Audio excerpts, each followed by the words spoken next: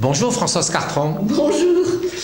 Merci d'avoir accepté cette interview pour Educavox. Vous êtes sénatrice de la Gironde et vous assurez au Sénat la vice-présidence de la Commission de la Culture, de l'Éducation et de la Communication. Vous avez été au cœur des propositions sur la refondation de l'école de la République en assurant la mission de rapporteur du projet de loi au Sénat. En parallèle aux réflexions qui ont traversé notre pays sur la nécessaire évolution de notre école, l'Association nationale des acteurs de l'école a organisé durant l'année scolaire un cycle de 6 paroles d'acteurs, débats ouverts à tous, où les acteurs de l'éducation ont successivement pris la parole au bar de la Marine à Bordeaux. Nous avons recueilli les propositions des élèves, des étudiants, de parents, d'enseignants. Nous souhaitons les restituer sous forme d'une synthèse que nous présenterons le mardi 25 juin. Nous vous avons remis à vous les 48 propositions et cette synthèse. D'abord, que pensez-vous de cette initiative ? Je pense que plus il y a de monde qui se mobilise autour de l'école, c'est une très bonne initiative, parce que l'école, elle appartient à tous.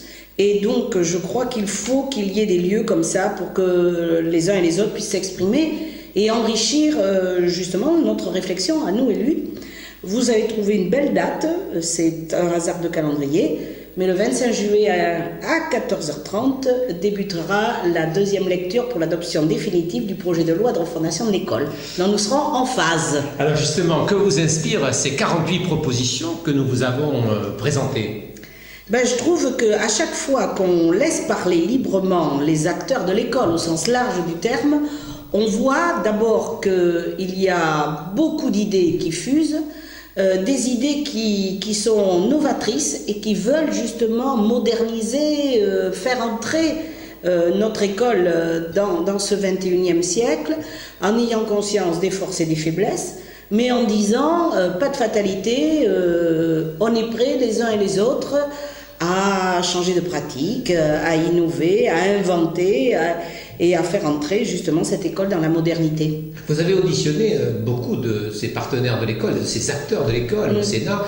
Est-ce que les propositions qui sortent de ces discussions et de ces débats qu'on a organisés recoupent un petit peu celles que vous avez entendues au Sénat ? Oui, quand on voit que la continuité, c'est un des axes qu'il y a dans la loi de refondation de l'école, c'est-à-dire qu'il n'y ait plus de rupture entre les différentes étapes de la scolarité d'un jeune. Même on a mis en place les cycles sous Lionel Jospin, c'est pas encore entré dans les faits. Donc on voit bien que notre école est encore trop cloisonnée, trop hiérarchisée, sans doute trop sélective, et il faut changer tout ça. Donc tout cela, on le retrouve. Ensuite, l'école, elle n'est pas hors du monde, le numérique est partout autour de nous, nous sommes entrés dans une nouvelle ère, et il faut que le numérique s'invite à l'école et que les enseignants l'utilisent par rapport à un renouveau de leur pratique pédagogique. Alors, pour faire basculer l'école dans le monde du XXIe siècle en préservant son triple objectif d'instruire, de former les citoyens et surtout d'assurer leur insertion professionnelle, il faut du temps. Or, chacun s'accorde sur le retard accumulé et surtout la rapidité de l'évolution de la société. Comment, selon vous, concilier cette urgence et le temps nécessaire à l'évolution des mentalités ? Alors ça, je crois que c'est un problème général, la notion du temps qui se pose à tous les politiques. Parce qu'il y a une grande impatience, et en particulier quand il y a une alternance. Il y a une grande impatience autour de tout ce que les uns et les autres ont subi pendant des années et des années. Et donc, tout le monde pense qu'en arrivant, les choses vont pouvoir changer immédiatement. Or, on voit bien que d'abord, comme vous le dites, il y a des mentalités à faire évoluer. Ensuite, il y a des structures à bouger. On a des règles, parfois même des corporatismes qui viennent là un peu gripper la machine. Je crois que le meilleur exemple, on l'a vu, c'est avec la réforme des rythmes. Tout le monde était d'accord. Vous aviez interrogé dans les ateliers, tout le monde disait on ne peut pas rester à la semaine de 4 jours. On le met en place, là on le met en place rapidement, et là on nous dit ah non, ça va trop vite, il aurait fallu encore un peu de temps. Donc ça c'est, je crois, le dilemme et la difficulté de toute action politique. C'est comment gérer le temps qui nous est donné.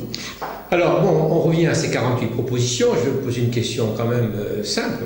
Vous les avez vues, mais je suis persuadé que parmi ces 48, il y en a une ou deux qui vous ont particulièrement intéressé et que, je ne dis pas que vous retiendriez, mais que vous considérez comme étant fortes, voire essentielles.